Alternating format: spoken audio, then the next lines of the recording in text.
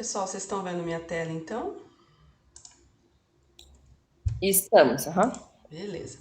Então, o último conteúdo que eu tinha separado para a gente conversar é sobre o Camins, tá? E o que é Camins ou Camédia, né? Que muita gente fala também. O objetivo dessa técnica, que é um método de agrupamento, é formar grupos semelhantes, certo? De forma que internamente desses grupos as informações sejam mais semelhantes possíveis e que entre os grupos eles sejam mais distintos possível, tá?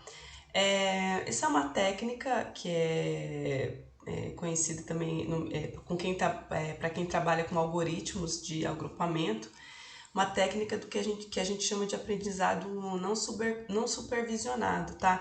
Porque assim, ele tem, mediante o grupo de dados que você fornece para ele vai criar os agrupamentos e uma lógica dentro desses agrupamentos, né? É diferente de quando a gente trabalha com regressão, que a ideia é você ter um modelo que você possa replicar posteriormente, né? E muitas vezes a gente nem consegue utilizar, dependendo dos nossos dados, do nosso banco de dados, às vezes a gente nem consegue utilizar uma regressão, por exemplo, porque ela tem uma série de pressupostos, né? Então, diante dos pressupostos, às vezes o resultado ali de R ao quadrado não é positivo, não é interessante, a gente acaba descartando a técnica, né? O Camins não, ele vai fazer o possível, o melhor possível ali dentro dos dados que você tem. É como se ele compilasse um diagnóstico dos padrões que você tem de dados, né? Dentro do seu banco de dados. Então, como eu disse para vocês, às vezes a gente tem um banco de dados socioeconômicos, né? Com uma taxa e a gente roda uma regressão e fala, nossa, meu R quadrado aqui não deu nenhum, né?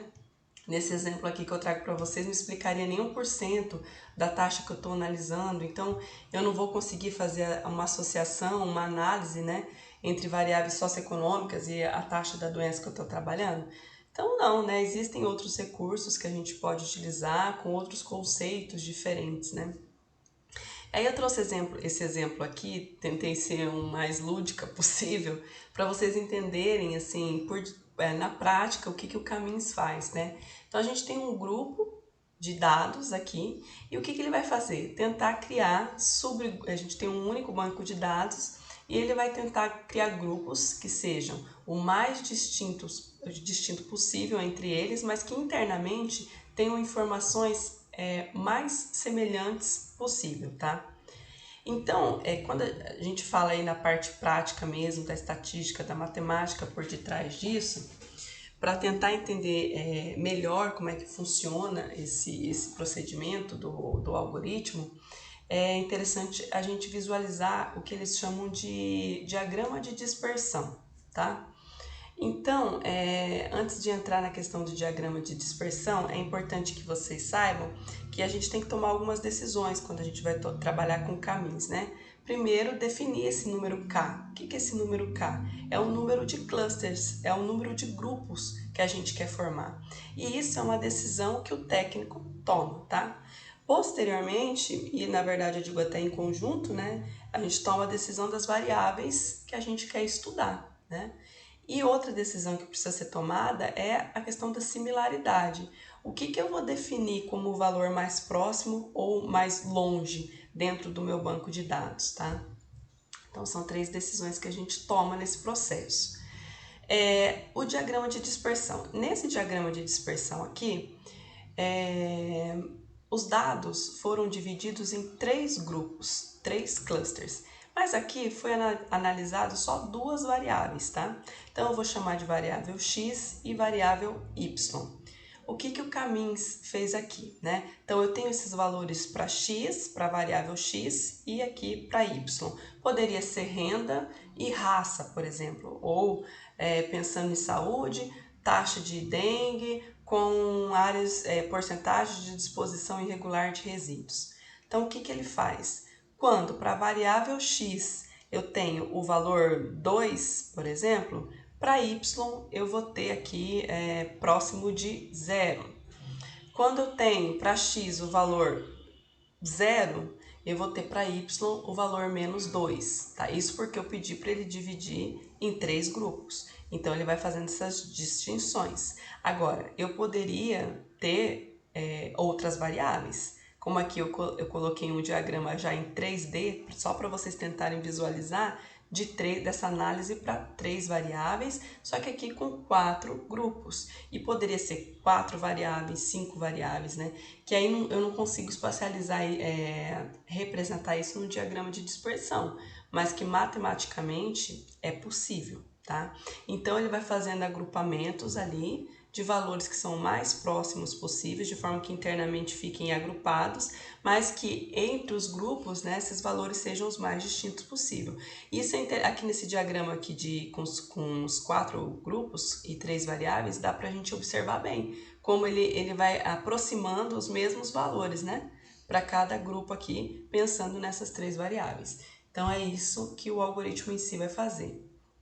Agora, o que é essa distância, né? O que ele vai considerar como o valor mais próximo e mais longe?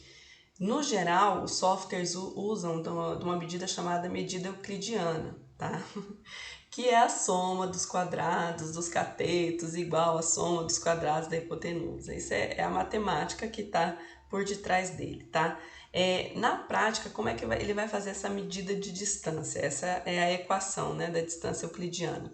Mas vamos supor que eu tenho 2 pontos aqui, né? Para x eu tenho o valor 3 e 4, e para y o valor 2 e 5. Então, a gente vai trabalhar esses valores na equação, né, da distância euclidiana, que é a raiz, né, da primeira referência de valor menos a segunda referência de valor para a mesma variável elevada ao quadrado, mais a próxima referência de valor menos a referência de valor para a segunda variável elevada ao quadrado. A gente vai ter a raiz dela, e a raiz, neste caso, a raiz de 2 aqui é 1,41, que seria a distância. Ele vai fazer esse cálculo inúmeras vezes, tá? Um outro ponto aqui, vamos supor que a gente chega num resultado de distância 3. Então, qual que é o ponto mais próximo? O que está na distância resultado 1,41 ou 3? 1,41. Então, ele vai aproximar primeiro esse ponto com a distância menor do que o outro ponto que está mais distante, tá? Então, no geral, o padrão dessa equação de distância de valores é essa distância euclidiana, que é a distância, inclusive, que está dentro do programa Geoda, que é o que a gente vai utilizar, tá? Mas isso ele faz matematicamente milhares de vezes, tá? Isso é só para vocês saberem, porque lá vai estar escrito distância padrão, distância euclidiana, para vocês saberem da onde que vem essa distância. E aí, ele vai trabalhar por etapas, tá? Então, como é que o Caminhos ele começa a organizar os nossos dados? Primeiro, então, como eu falei para vocês, a gente tem aqui só pensando em 2 variáveis, tá? Então, eu tenho os valores da variável x e da variável y. Primeiro, ele vai, neste caso aqui, pensando em 2 grupos para 2 variáveis, 2 clusters para as 2 variáveis. Ele vai estipular valores aleatórios para iniciar esse agrupamento, tá? Então, vamos supor que ele comece aqui para um grupo perto do valor 2 e aqui perto do valor 1. Esse é um valor aleatório, ele estabelece. Então, toda vez que você for pedir para ele fazer o agrupamento, ele vai iniciar de uma forma a partir de um valor aleatório para fazer a separação. Aí é feito o cálculo das distâncias, dos valores da distância a partir da distância euclidiana. Ele vai aproximar os valores mais próximos do grupo 1 nesse primeiro momento e do grupo 2 para o segundo grupo. Qual que é a segunda etapa? Ele vai calcular a média dos valores para os 2 grupos e vai colocar um novo ponto de referência para a separação dos grupos no centro do valor médio de cada grupo. E aí ele vai fazendo isso, vai através da distância euclidiana, ele vai aproximar novamente os valores, vai formar os 2 grupos, vai calcular a média novamente e vai repetir isso várias vezes, tá? Até que ele não encontre uma melhoria do modelo, até que ele verifique que não vai mudar o agrupamento com mais um novo cálculo de média e aproximação dos valores através da distância euclidiana. Na teoria, o Caminhos é isso, tá? E aí a gente já pode ir para a prática, para vocês verem como é que a gente faz isso dentro do Geoda, tá bom? Até aqui deu para entender? Quer que eu repita alguma coisa dessa parte teórica? Acho que foi. A gente vai repetir aqui, né, fazendo na prática, eu acho que fica um pouco mais claro. Vou abrir aqui o Geoda e eu vou colocar o mesmo banco que a gente tem trabalhado, o série,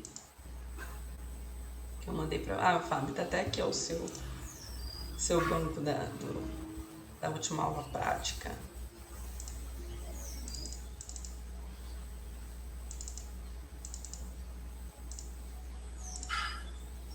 Tá aqui, nós temos um mapa, então, nossa base do shape. E aí, aonde que a gente vai, então, para... primeiro, só para vocês saberem, tem como a gente rodar uma regressão aqui no Geoda.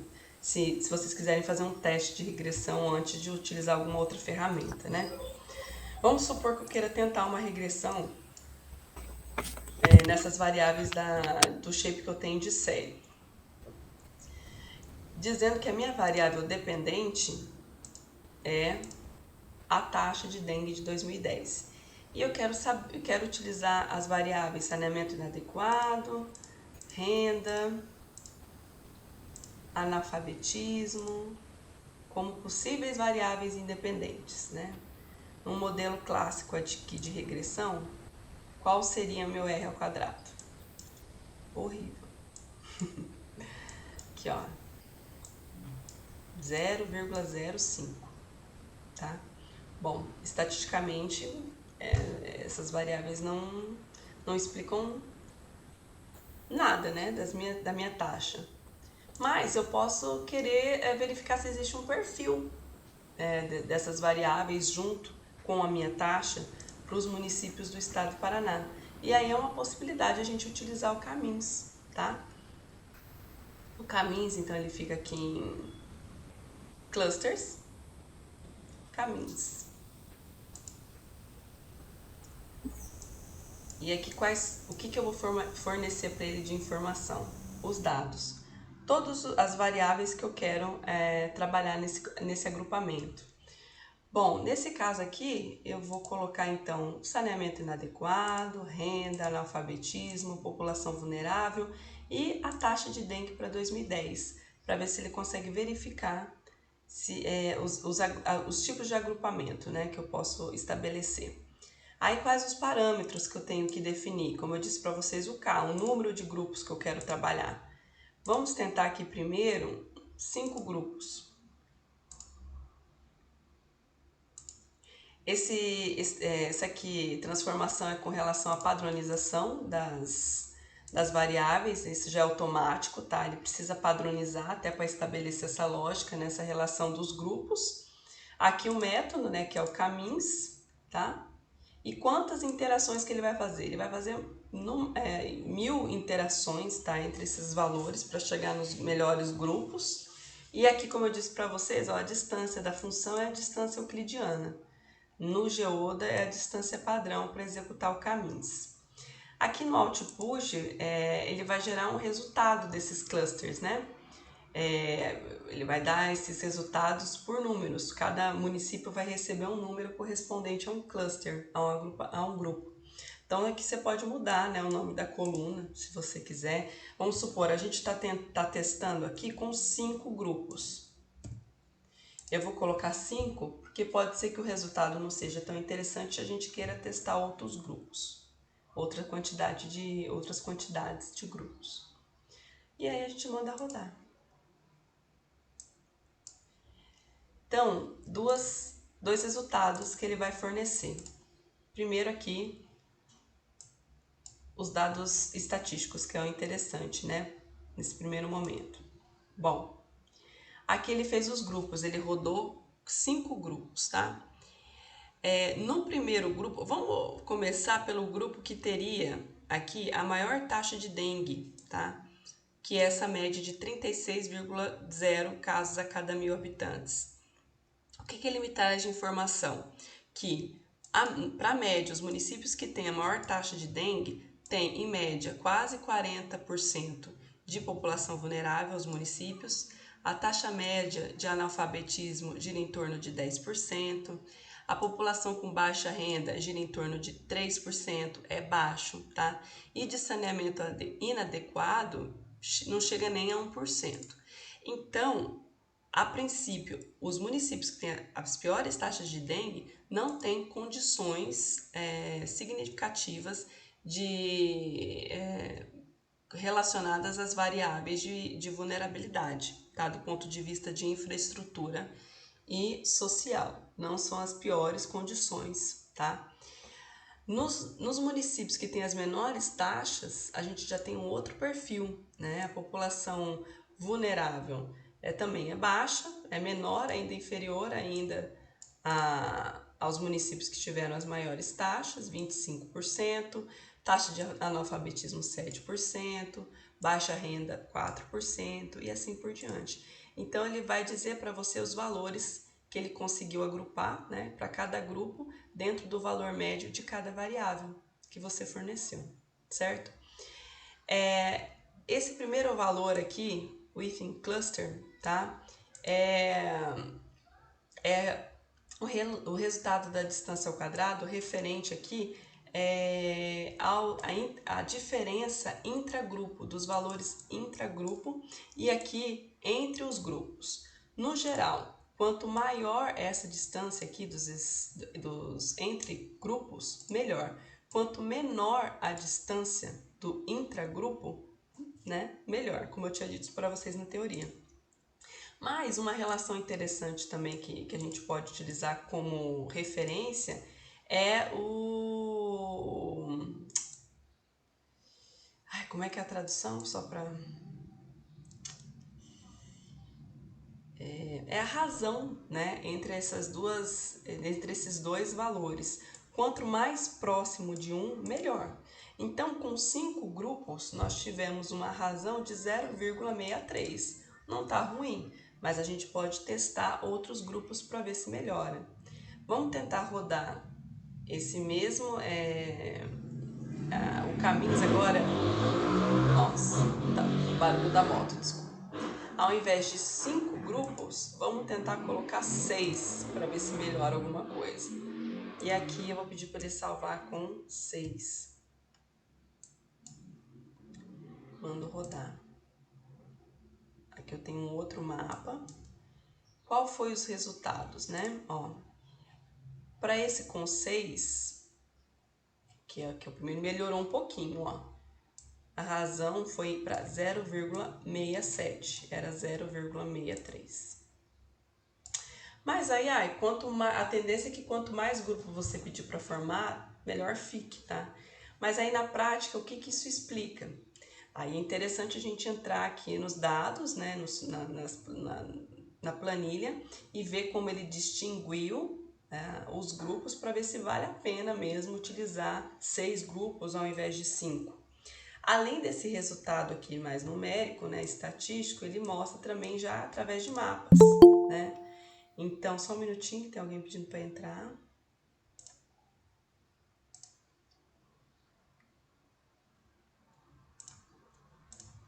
No caso do 6, do agrupamento com 6 clusters, né? 6 grupos aqui, ó. Nós tivemos 136 municípios na classe 1, 129 na 2, 47 na 4, 22 na 5 e 3 na 6, né? Aí depende da análise que a gente está fazendo. É interessante eu apresentar esse resultado só com esses 3 municípios. Eles são realmente outliers, né? Quer dizer, eles realmente saem do padrão geral dos valores que eu estou testando, ou não vale a pena, né? Aí depende do que a gente está trabalhando e do que a gente quer passar de informação, né?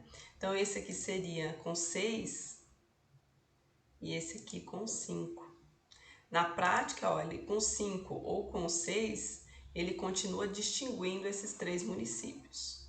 Então, alguma coisa tem de distinto entre eles ali, que é interessante a gente voltar e ver lá no resultado numérico, né? Deixa eu ver aqui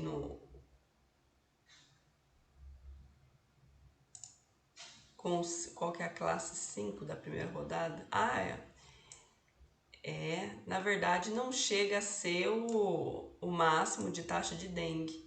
É um intermediário, ó, em torno de 15%. Mas tem alguma coisa que está diferenciando ele. Esses municípios com 15% com média de 15 casos a cada 1.000 habitantes, tem aqui, olha, no caso, o que seria a pior condição de saneamento básico, em torno de 6%, 7%. Aí depende do que a gente quer destacar. Certo? O que vocês acharam do Camins? É uma opção interessante para trabalhar com os dados socioeconômicos? Quando a gente não encontra outra possibilidade na estatística? Eu acho que, assim, numa primeira impressão que eu tive com ele, pelo que você me mostrou, o interessante dele é que você trabalha, se bem que os outros também pode trabalhar com mais variáveis, mas ele faz um agrupamento diferente É, dos outros programas, a né? análise é diferente. A análise é diferente. E ele também, você fica, se você acrescentar várias variáveis, fica ainda assim mantém-se um entendimento simples perante os outros, né? Que tem que ser mais separado. Eu entendo como a gente tem um perfil diagnóstico regionalizado do nosso banco. A gente não exclui, né, nada. A gente vai montar uma estrutura, um diagnóstico sobre a estrutura de dados que a gente tem. Acho que isso que você falou, que não exclui nada, né? Você não precisa excluir uma variável para analisar a outra, você pode usar todas ao mesmo tempo. É diferente de você criar um modelo, que é na regressão você está criando um modelo. Você quer ver quais são as variáveis mais preditivas, né? Das variáveis independentes para a variável dependente, para que a ideia é que você possa replicar esse mesmo modelo para outras áreas com as mesmas variáveis, certo? É diferente Sim, aqui, né? O agrupamento, você está fazendo uma análise exclusiva para os seus dados. Você não está gerando um modelo que você possa replicar. Mas eu sim, acho uma uhum. forma também interessante de reconhecer, de conhecer, né, os seus dados. Tá? O que os meus dados me dizem? Vamos, espacialmente, regionalmente, o que os meus dados estão me dizendo? Né? Então, é uma forma interessante também da gente trabalhar com os dados e que muitas vezes a gente não consegue. É igual o seu caso, né, Fábio, de ontem, anteontem, né, que a gente estava vendo que não dava para aplicar o índice de Moran, né? Realmente não dava para aplicar o índice de Moran. Não era porque o índice deu baixo, realmente foi assim, tão baixo que foi negativo, né? Isso, e não Mas significa que os meus dados não tenham importância, é encontrar uma outra maneira de analisá-los. exatamente. Então, talvez um caminho possível seria o Camins, por exemplo, né? Então, Sim, que é o que na uhum. verdade você acabou usando. Não é o método Camins, mas você usou uma técnica de Esse agrupamento. aham, isso mesmo. Então, é um caminho bem viável quando a gente tem um banco que na modelagem, né, padrão, que aí sim é um algoritmo supervisionado, que seriam com supervisão, seria uma possibilidade de trabalhar com caminhos. E aí, quando eu estou falando em algoritmo, né, só para esclarecer o que é um algoritmo. O computador é um algoritmo, né? O software, ele é cheio de algoritmo. O QGIS, quando a gente diz para ele, olha, execute o kernel, execute o índice de Moran. Eu mostrei para vocês que tem uma série de cálculos, série de equações e cálculos que tem que ser feito antes de gerar o resultado, né? A gente só aperta um botão, mas por detrás desse botão tem uma série de etapas, e o algoritmo é isso, né? Você dá uma entrada para ele com um objetivo de resultado, e ele vai trabalhar nesse sentido, tá? Então, tudo que está por detrás do computador é um algoritmo, tá? Então, é o conceito ali que para a ferramenta, né? A ferramenta é o caminho, mas os procedimentos de cálculos, as etapas por detrás, né? É tudo por meio dos algoritmos ali. Que é a linguagem de programação, né? Que o software usa para executar a ação, certo? Até aí tudo bem? Dani, Hum, é que eu perdi a outra aula, eu assisti a sua aula, mas só para ver se eu entendi. Então, o índice de Moran, quando está significativo, que a gente tem os dados lá por área e deu um valor significativo nos testes, é possível aplicar. Ju, porque assim, é igual, é que você não estava na última aula e eu não gravei a É. parte que eu atendi a Fabiane, né? Porque assim, a Fabiane tem um banco de dados do estado e ela trabalhou com HIV só com menores de 12 anos, né, Fábio? Me corrija se eu estiver errado. E aí, menina, eu nunca Não, tinha. professor, ao contrário, de 12 a 18. De 12 a 18, desculpa. E aí, Ju, eu nunca vi esse resultado no índice de Moran, igual dela. Deu negativo o índice de Moran. E ainda assim, eu fiz um teste ali para ver se o p-valor era significante e realmente não era, né? Todos os Então, testes. isso que eu perguntei. O P tem que ser significante. Tem que ser o mesmo valor lá do P menor que 0,05 que a gente faz nos testes normais, é o que tem que dar dentro do índice de Moran também? O ideal é a gente fazer uma randomização, que é fazer vários testes para ver se aquele valor do p-valor não é do índice de Moran não é aleatório, tá? Mas eu posso até repetir com você aqui, Ju, os passos a passos da última aula. Mas o Caminhos é independente do índice de Moran. Não tem nenhuma Eu posso relação. optar, eu posso ir direto para ele, por exemplo. Se eu quero Pode, fazer por grupos semelhantes e agrupar, eu posso pode, fazer o caminho. pode. Tanto Entendi. que a Fábio, ela, no mestrado dela, ela utilizou uma técnica de agrupamento, não é o Caminhos, tem outras técnicas, né, que tem outros procedimentos de cálculo aí para executar, e ela acabou indo por esse caminho, porque é igual no seu caso, Ju, que a gente fez, não, o índice de Moran não vai dar porque a gente não tem determinados valores, né? No caso Uhum. dela, não Por área. tinha, o problema não era nem a área, né? Ela tinha dados por município, eram dados por área, Por mas área. os Uhum. resultados não foram satisfatórios. Os resultados de teste não são satisfatórios. Deu um índice de Moran de menos 0,0 alguma coisa. Então não valia a Entendi. pena aplicar. Quer dizer, não expressa nada, né? Através da técnica do Moran não expressa nada. Mas ela conseguiu chegar a um perfil, né, Fabiane, do banco dela, através de uma Sim, outra uhum, técnica. Ela tem um perfil. isso mesmo. Então, assim, por exemplo, Fábio, o que você conseguiu chegar através do agrupamento? Que aonde tem os maiores casos de 12 a 18 anos, tem que perfil, mais ou menos, dentro das suas variáveis socioeconômicas? Dentro das forças econômicas é o perfil que mais tem acesso a escolas, a números de escolas, Uhum. e ao mesmo tempo é o que mais tem o número de alunos matriculados por escola.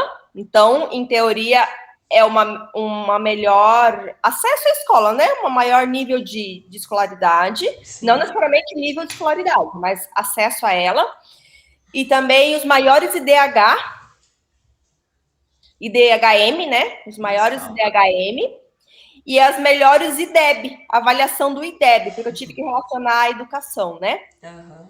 E Aí, ó. daí, um dos motivos que eu encontrei que, apesar de, dentre as análises que eu fiz, tem os melhores números, os melhores indícios e ainda assim os maiores números de casos, daí sobre isso, em cima disso que eu discuti, né? Que vai contra, na verdade, outros trabalhos semelhantes, que geralmente o maior número de casos de HIV está relacionado com a menor índice de educação, né? Sim. Então. Aí Mas você. no meu caso, as cidades que se destacaram está mais relacionado mesmo ao fluxo de pessoas, à densidade populacional e ao fluxo mesmo, que são cidades mais litorâneas ou próximas à capital, ou as cidades maiores, realmente, que têm polos universitários. Então, mais está relacionado mais ao fluxo de pessoas. Interessante. Então, assim, tá vendo? Ai, não dá pra aplicar o índice de Morana. Ai, meu Deus, e agora, né? Não, você conseguiu encontrar uma outra técnica, né? Que é espacialmente possível também, de espacializar os resultados, que dá pra trabalhar, certo? Então, vale a pena. E aí é o seguinte, né? O que eu tinha pensado, até falei pra vocês, né? Que a gente ia fazer um trabalho em grupo e tudo mais, e que a ideia é que vocês aplicassem essas ferramentas que a gente aprendeu agora no segundo módulo num banco de dados que vocês tivessem, né? Mas por conta do tempo, por conta do grupo, né, da quantidade que nós estamos aqui também, eu acho que não vale a pena a gente, a não ser que vocês queiram, né, optem por isso, eu também posso esperar. Mas se não, a gente pode rodar num outro shape que eu mandei para vocês aí, que é o série 2, né? A gente pode rodar aqui juntas, né? E fazer uma interpretação em conjunto aqui também, para a gente poder finalizar de conteúdo. Se para vocês estiverem tudo bem, a gente faz dessa forma. Tudo bem, então, pra mim tá Pra mim também. joia. Tá. Aí eu queria saber assim de vocês agora aqui, com quem pode me acompanhar nessa prática, porque aí eu não faço, uma de vocês faz e com o outro banco e a gente vai conversando aqui, vai fazendo juntas.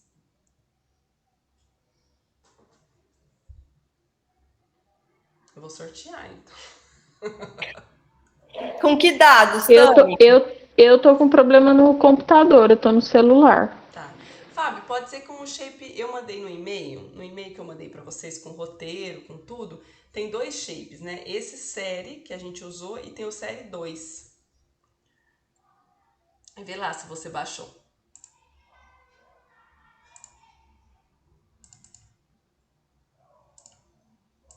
Senão eu mando aqui por de novo. É o série 2.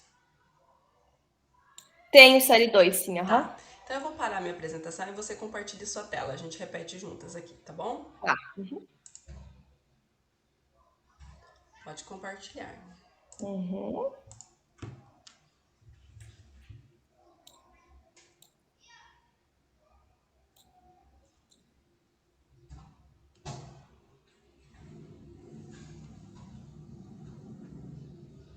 Deu certo? Sim, deu. Tá. Então vamos lá. Geoda. Posso ir direto nele, né? Pode. Uhum. Map. Não.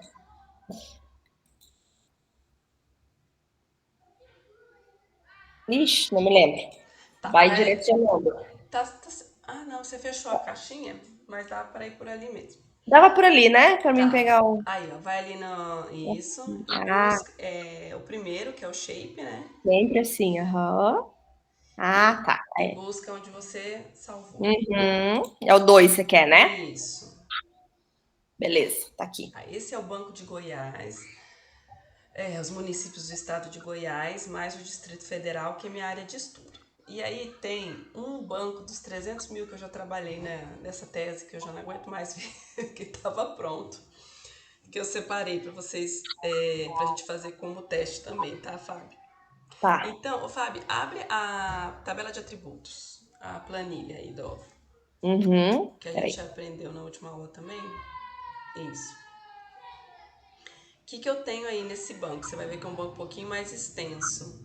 Ei, desculpa, só um minuto, Tami. Eu acho que a apresentação tá ruinzinha. É assim mesmo que vocês estão visualizando? Eu tô visualizando. Não, você Normal, vocês estão visualizando normal. tô. Ah, tá bom então. Continuamos, Eu tô vendo continuamos. normal. Tá. Abre um pouquinho a tabela de atributos aí, a planilha. Amplia ela, tem como Aham. aumentar aí. Então, eu tenho aí taxa de dengue, de leishmaniose tegumentar, de hanseníase, população para 2 períodos e Uhum. as taxas estão para 2000, o total na verdade para 2010. E eu tenho uma série de variáveis aí, tá? Que eu coloquei Sim. por códigos para facilitar na hora de rodar, tá bom? Tá. Mas deixa eu abrir aqui até a minha planilha de variável para eu lembrar o que é cada uma. Esse D 2018 é dengue 2018? Isso, Tá. Uhum. dengue 2018. Só um minutinho. Vamos ver se eu salvei aqui.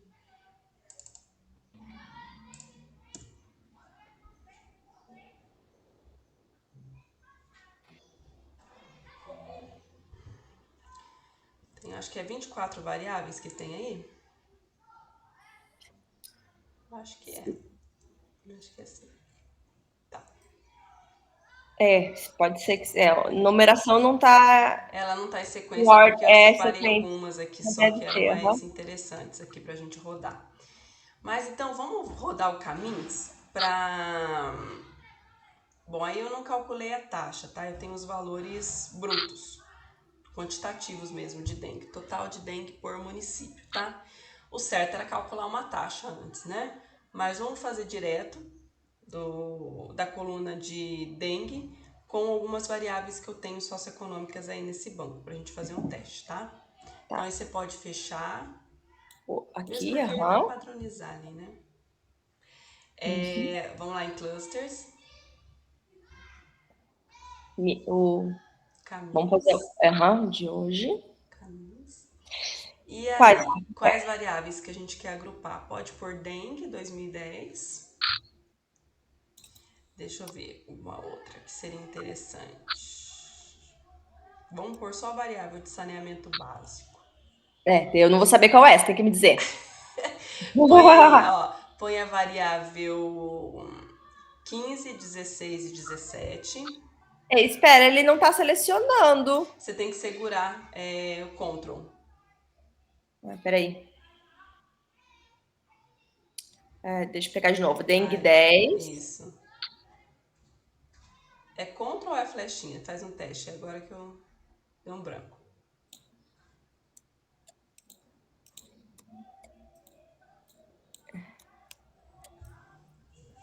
Flechinha, será? Deixa acho que é. Se não é um é outro.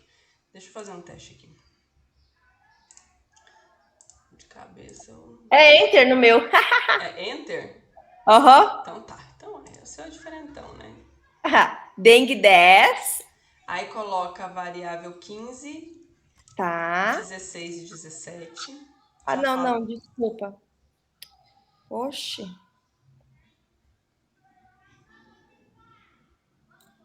Ele não quer selecionar a variável. Deixa eu ver aqui no meu.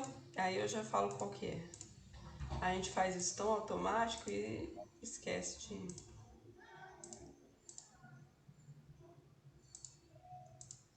O meu é o Ctrl. Só clicar Ctrl. Eu clico em um, clico... Na verdade, não precisa só ir clicando, viu? Só vai clicando. Ele. Tá. Clica agora em 2015. Ele tirou o dengue 2010? Ele sai do 10, ó, lá, tá vendo? Ó, dengue 10. Vou aqui, Hanseníase, 10, ó, ele sai. Olha, E eu no meu tô é... tentando Vamos... duas vezes, tô Deixa eu ver. tentando no No meu, Enter. Só de clicar ele já vai pegando. Opa, peraí. Foi? Não, ele some. Ai, não sei o que te dizer. Tenta outras teclas aí entre o Alt e o...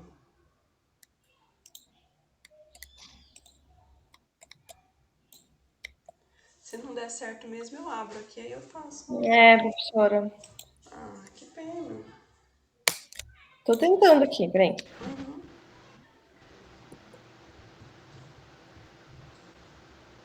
Tá vendo que tudo ele sai do lugar? Pois é.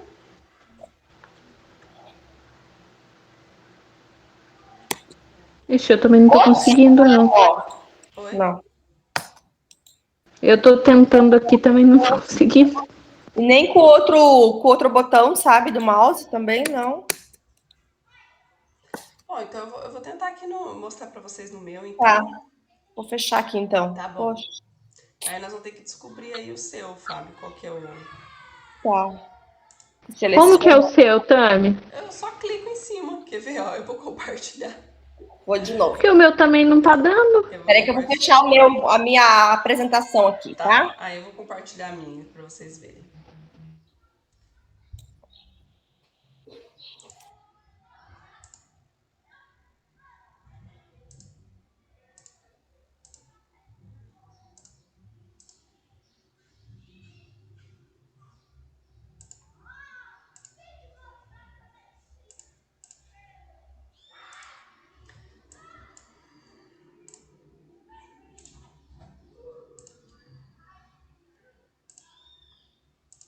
Vou abrir o banco aqui, ó, série 2.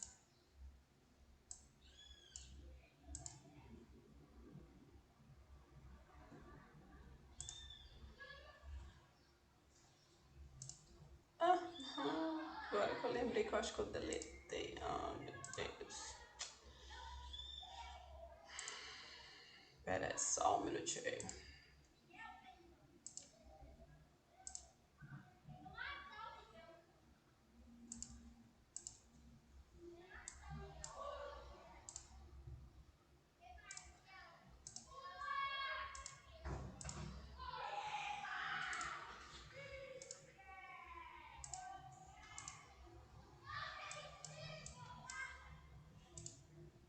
Aqui.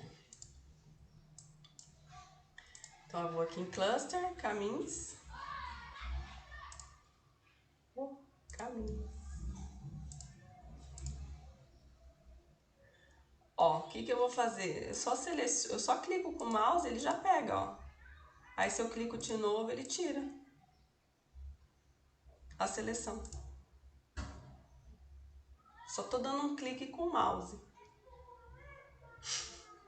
Ó, eu vou pôr 2010, então. Vou pôr aqui as variáveis que eu tenho de saneamento básico. Minhas variáveis de saneamento básico são 15, 16, 17. 15, 16. A 17 eu não coloquei porque era... Nossa, daqui são... Peraí. É de 1 a 30, 12 a 38. Só um minutinho.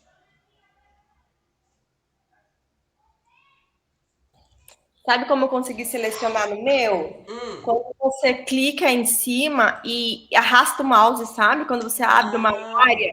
Mas aí, se tiver alguma variável no meio que eu não quero, entendeu? Não descobri como selecionar Aí ainda. nós vamos ter que descobrir juntas, então. É. É só clicar aqui que ele já vai.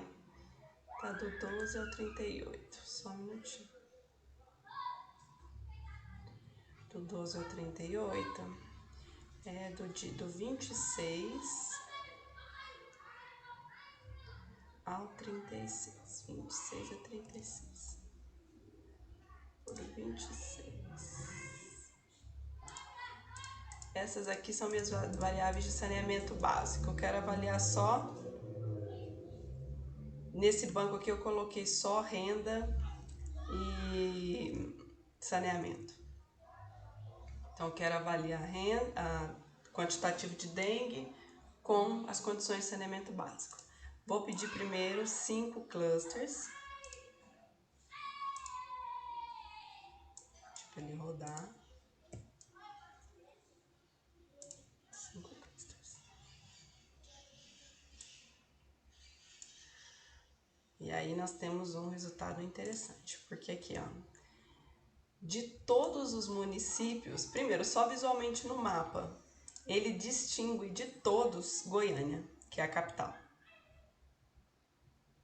Né? Os demais, ele divide bem até, né? Os dois primeiros grupos têm o maior quantitativo de municípios, depois a gente tem uma relação inferior aqui para o grupo 3 e para o grupo 4, mas o 5 de longe é o que mais se destaca. E aí vamos ver aqui por quê, né? Que o 5 se destaca. A princípio, para 2010, ele nem tem a maior média de quantitativos de dengue, se comparado aos outros, tá? Mas ele tem uma condição, vamos ver aqui,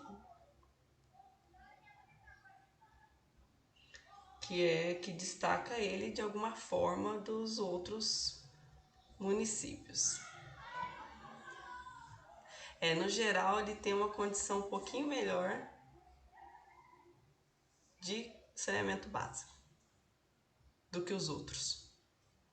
É isso que eu tô falando isso porque eu conheço as variáveis, tá? Então é isso que destaca ele aqui. Mas ainda assim, se a gente for ver, a nossa razão não foi tão interessante assim, né? Ó, de 0,57 eu acho que dá para melhorar. A diferença interna com as externas entre os grupos não estão tão grandes assim, tão distantes assim. Deixa eu tentar com 6 grupos para ver se Professora, deixa eu melhora. perguntar uma coisa. Pode falar. Que nem nesses 5 clusters, né? Então, esse destaque se dá porque a questão de saneamento básico é melhor, você falou, né? No meu caso, porque eu Não, conheço. sim, nesse exemplo, claro. É. Olhando para o mapa, o que isso quer me dizer? Que aquela região, ela tá, então, que é casos de dengue, né? Sim. Então, essa região, ela é mais difícil se pegar dengue? Ou o que Não, não, poderia aí não, interpretar? são perfis, né? Eu tenho aqui 5 perfis diferentes dos meus grupos de condições socioeconômicas Ah, tá. junto com as condições de dengue. Se a gente pegar a maior média de dengue que eu tenho no meu banco é para o cluster 3, que é esse aqui, ó, em verde claro. Tá. Aqui na região sudoeste do estado, sul-sudoeste do estado, são as áreas que eu tenho o maior quantitativo de dengue, certo? Sim. E aí, as minhas outras variáveis socioeconômicas me dizem desses municípios aqui? Aí eu vou aqui apurar. Por exemplo, a variável 26. Qual que é a variável 26? É rede geral de esgoto, né? Abastecimento por rede geral de esgoto. Eles têm, em média, nessa região, 53% dos domicílios atendidos por rede de esgoto. Não é bom, é mediano, né? Metade dos domicílios é atendido por rede de esgoto. A minha variável 27 é fossa séptica, mas a 28 é saneamento inadequado, é esgoto, né? Condição de esgoto inadequada, que é aquelas fossas rudimentares. É uma taxa alta, quase 40% dos domicílios ainda utilizam de fossa rudimentar para dispor o seu esgoto. Com relação ao resíduo, que geralmente tem uma associação mais direta com a condição de dengue, por exemplo, que tem área de disposição irregular que acaba acumulando água, né? Que pode proliferar ali os vetores. Minha variável com relação à disposição inadequada de resíduos é a 33. Então, ali para esse grupo 3, como estão essa condição de disposição irregular de resíduos? Deixa eu ver aqui, que é a variável 33. Ó, nem é alta, viu? É 13% dos domicílios só com disposição irregular. No primeiro momento, aqui eu já refuto várias hipóteses, vários estudos, né, que dizem que, no geral, existe uma associação entre condição inadequada de coleta de resíduo, por exemplo, e aumento de casos de dengue, que podem estar relacionados. Nesse meu caso aqui, eu já tenho um perfil diferente, onde eu tenho um maior quantitativo de casos de dengue, eu tenho condições boas de atendimento de infraestrutura de saneamento básico, por exemplo. Então, no caso de Goiânia, isso não confere. No caso de Goiás, né, das regiões aqui sudeste do estado de Goiás, isso não confere. A variável 34, isso eu já tinha chegado nessa condição. A variável 32 é com relação à coleta de resíduo. É um número bom, tem quase 90% dos domicílios têm serviço por coleta de resíduo. Então, assim, o problema está aí? A princípio, eu acho que não. Sim. Então, esse aumento de casos pode estar associado a quê? Aí a gente teria que Aí a gente está testando outras possibilidades, né? Aí a gente teria que investigar outras variáveis. Mas isso eu já estou partindo do pressuposto que eu conheço algumas informações sobre dengue, né? Quando você Sim. pega os trabalhos, geralmente o maior quantitativo de casos de dengue estão em municípios, né, muito urbanizado, com infraestrutura precária. E assim, eu também estou trabalhando, analisando uma escala que é municipal, né? Talvez intra-bairros ali eu chegasse numa conclusão melhor, porque é uma escala maior, então você consegue ver mais detalhes. Mas a princípio eu tenho esse perfil aqui no estado. Vamos ver aqui, ó. As regiões que têm a menor média, né? Que é de 22,4. Aqui, gente, não é a condição mais apropriada para fazer análise. Como eu disse para vocês, são quantitativo bruto, tá? O certo era fazer o cálculo da taxa aqui, tá? Mas vamos supor que isso seja a taxa e que seja 22 casos a cada 100 mil habitantes ou 1.000 habitantes. O fato é que aqui ele é o menor quantitativo de casos, que é o cluster 4, que é essas áreas em verdes aqui. É interessante isso, porque essa região aqui é a região mais carente do nosso estado, tá? E o que o meu cluster para 2010 me diz com relação ao saneamento? A variável 28, por exemplo, é esgotamento inadequado. Ó, só para vocês terem uma ideia. 80% dos domicílios têm saneamento inadequado. Condição de esgotamento sanitário adequado. Inadequado. É a pior condição que eu tenho aqui de esgotamento, por exemplo. Com relação a resíduos, porcentagem de coleta e disposição inadequada, que é a 33%, é 46%.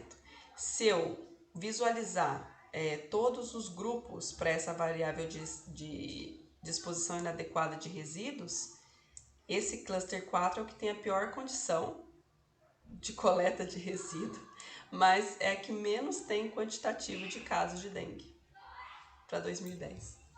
E daí, né? Fica um ponto de interrogação gigantesco, né? Aí você chora. Não, aí você fala assim, ué, então, porque tem... Você levanta uma hipótese, né? Você levanta uma hipótese. Das duas, uma. Ou você tem uma subnotificação, que é bem possível, tá? Uhum. Porque se a região ela é carente de tantas coisas, ela possivelmente pode ser carente também de infraestrutura no que diz respeito à saúde, né? Isso. De recursos, às vezes as notificações estão erradas, não estão sendo feitas por município de residência, estão sendo feitas nos municípios mais próximos, né? Tem também isso que eu ia dizer, tem também a questão do paciente recorrer aos municípios próximos, né? Sim. E a notificação fica fora do local que ocorreu. Pensando nisso, para você ter uma ideia, para vocês terem uma ideia, esses municípios que estão nessa classe aqui, ó, são bem próximos de Brasília. Talvez, eu vou te dizer isso baseado na minha dissertação, porque um dos recortes territoriais que eu fiz foi baseado nas regionais de saúde, né? Que é a maneira com que a saúde se organiza nos territórios. E foi verificado que próximo ao central das regionais e as 5 maiores regionais do estado tem o maior número de casos. Então, mesmo que algumas cidades não tenham quase nenhum caso. Então, considerando a minha temática, que é HIV, tem todo o tabu por trás dela, tem todo o preconceito e querer esconder. Então, uma das possibilidades que eu levantei, que eu discuti sobre, é justamente o fato de que as pessoas das cidades menores recorrerem às cidades maiores, onde tem mais infraestrutura, no caso, sim, onde cedia as regionais de saúde, e também, assim, além do atendimento, vai ter o anonimato. Né? Porque não vai estar registrado em sua própria cidade de nascimento. E ele acaba não indo na UBS da onde mora, então as pessoas acabam não sabendo, né, do caso. Tem outra questão também no caso, por exemplo, da dengue, que é a questão do tempo. A gente sabe que tem associação, né? A gente tem um período chuvoso, logo depois do período chuvoso, você vai ter muito mato e bastante água acumulada. Fato, né? E essa água acumulada é um prato cheio para desenvolvimento de vetor, né? Mais o clima quente, pronto, é um prato cheio. Essas regiões aqui, mais que é onde teve o maior quantitativo, no caso, né, de dengue, que é os 3, né? Que eu estava falando para vocês, o 3 é que chove mais no nosso estado. Conforme vai subindo, vai ficando mais seco. Pode ter uma associação? Pode ser. Aí eu já estou entrando em outra vertente, né? Para explicar. Aí estou sendo bem geográfica já. Já estou entrando numa parte mais física e geográfica aí para discutir. Então, é interessante porque tira alguns estigmas, né? Por que eu quis trabalhar com doenças negligenciadas? Porque elas estão geralmente associadas à pobreza. Quando a gente fala doença negligenciada, você já pensa em pessoas que estão em condições vulneráveis, né? Então, dentre as doenças que estão na lista da Organização Mundial da Saúde de doenças negligenciadas ainda hoje, nós temos a leishmaniose tegumentar, a dengue e a hanseníase, que são as 3 que eu estou trabalhando. E aí, quando a gente vê um perfil desse, eu tô falando só de 2010, né? Mas a gente poderia rodar isso para todos os anos que eu tenho aqui da minha série histórica. Para 2010, eu tô tendo o maior quantitativo de dengue nos municípios mais ricos do estado. Municípios mais ricos, municípios mais desenvolvidos e que diretamente vão ter as melhores condições de IDH, de variáveis que a gente entende como parâmetro para identificar uma vulnerabilidade ou não social. Nesse perfil aqui eu já contradizo algumas coisas, né? Então, se eu rodar a regressão, vocês viram que não explicaria, essas variáveis não explicam, não constroem um modelo explicativo para minha taxa. Mas através do Camins eu consigo ter um perfil do meu estado para 2010 com relação a essas variáveis. Então, aqui pode ser que não seja o fim da minha pesquisa, mas aqui a gente já consegue iniciar muita coisa, né? A gente já consegue visualizar bastante coisa. Se eu rodar com 6, vamos ver se muda alguma coisa aqui para nós.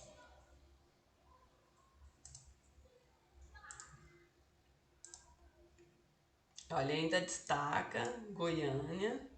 Com 6 ele melhora um pouquinho o resultado. Um pouquinho. Para ser 0,64. Não sei se eu usaria esse aqui não. Teria que analisar com bastante calma para ver se ele realmente faz uma diferenciação. No geral, quem usa bastante esses recursos de agrupamento são esses órgãos de pesquisa estadual, igual vocês têm aí no estado do Paraná, o IPARDES. O IPARDES que faz o compilado socioeconômico, né, do estado. Aqui a gente tem o Instituto Mário Borges. Geralmente eles usam essas técnicas de agrupamento para fazer um geralzão do estado com relação à variável socioeconômica, variáveis específicas de saneamento, já para ter uma ideia a priori ali de como se existe uma regionalização, né, dessas condições socioeconômicas, para eles daí partirem para outros estudos, identificarem outras questões aí, e até para rodar a ação, né, política pública, para justificar algumas políticas públicas também, não só na área de saúde, mas em outros setores também do estado. Certinho? Sim, O que vocês acharam? O que você achou, Fábio, Ju?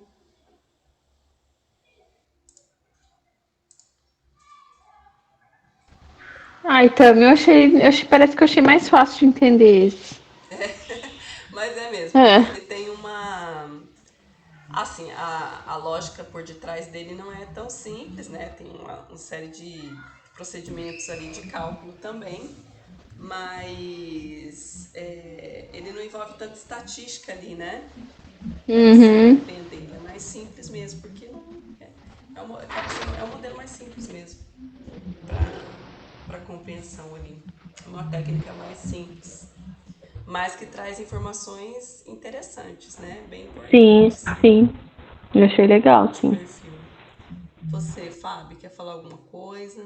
eu quero falar uma coisa, na verdade, uma dúvida que surgiu enquanto eu estava visualizando. Isso eu não pode ser boba, mas se eu não falar, eu vou ficar com isso na cabeça. Na minha concepção, o que eu estava entendendo, o que eu aprendi, o cluster, a definição de um cluster é uma determinada área territorial, não necessariamente considerando o território nesse caso municipal. E eu percebi que nessa análise, o cluster não necessariamente tem cidades vizinhas, elas podem estar em outras áreas do estado. Sim. Eu não sabia disso. Então, assim, isso eu fiquei, né? Na hora eu pensei, mas como um cluster que as cidades são espalhadas, não são vizinhas? Se você puder me esclarecer isso? Porque qual que é a ideia do cluster? O cluster na tradução é grupo, né? É um grupo. O que ele vai buscar? Ele não está vendo a princípio o território, ele está vendo seus dados.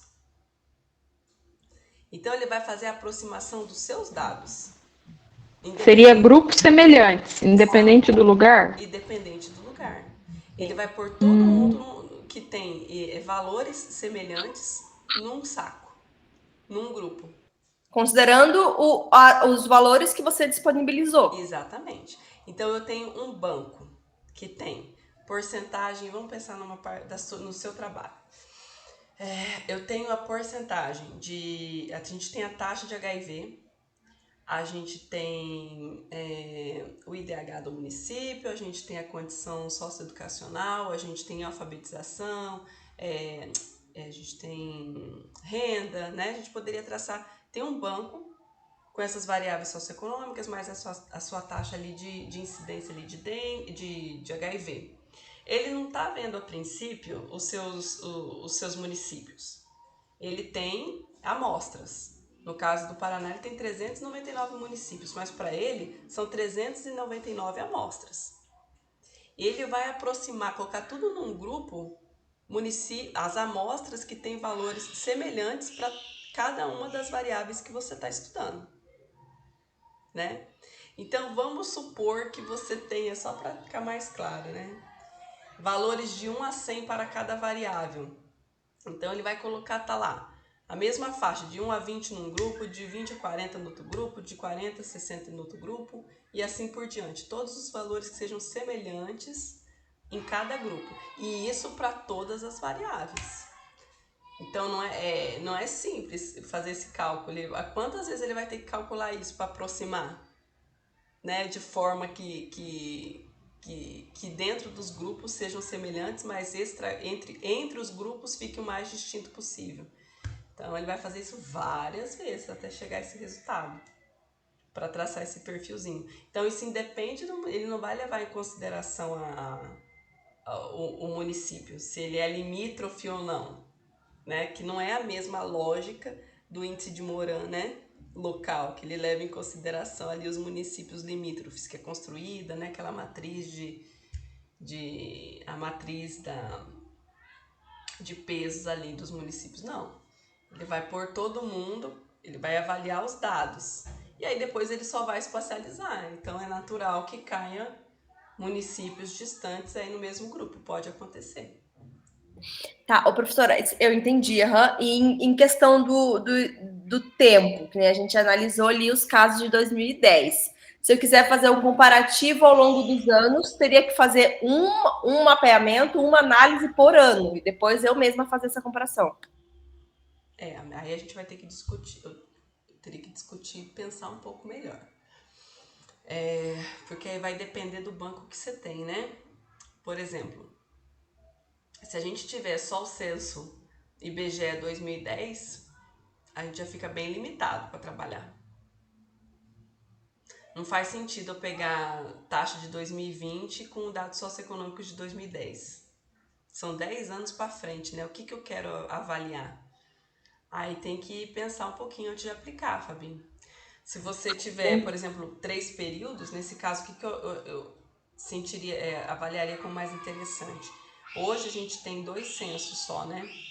2001, 2010 e agora vai sair 2022, se Deus quiser, porque eu estou esperando ansiosamente. Aí a gente tem 3 períodos aí de censo. Daria para a gente comparar, né, as taxas para 2001, por exemplo, total de 2001, talvez até 2002, 2003, mas não períodos de anos muito distantes. Aí teria que fazer uma análise para cada período socioeconômico. Eu faria assim, que eu acho que tecnicamente é mais robusto, entendeu? Sim, Mas aí eu já vi trabalho de tudo quanto é jeito. Aí cada um, né, que segue uma linha aí de raciocínio. Mas daria para fazer, mas aí você já não consegue fazer uma análise temporal, né? Igual a gente viu com o índice de Moran, bivariado. sim, não. Aí é um outro recorte. Beleza, entendi. Certo? Deixa eu interromper aqui a gravação.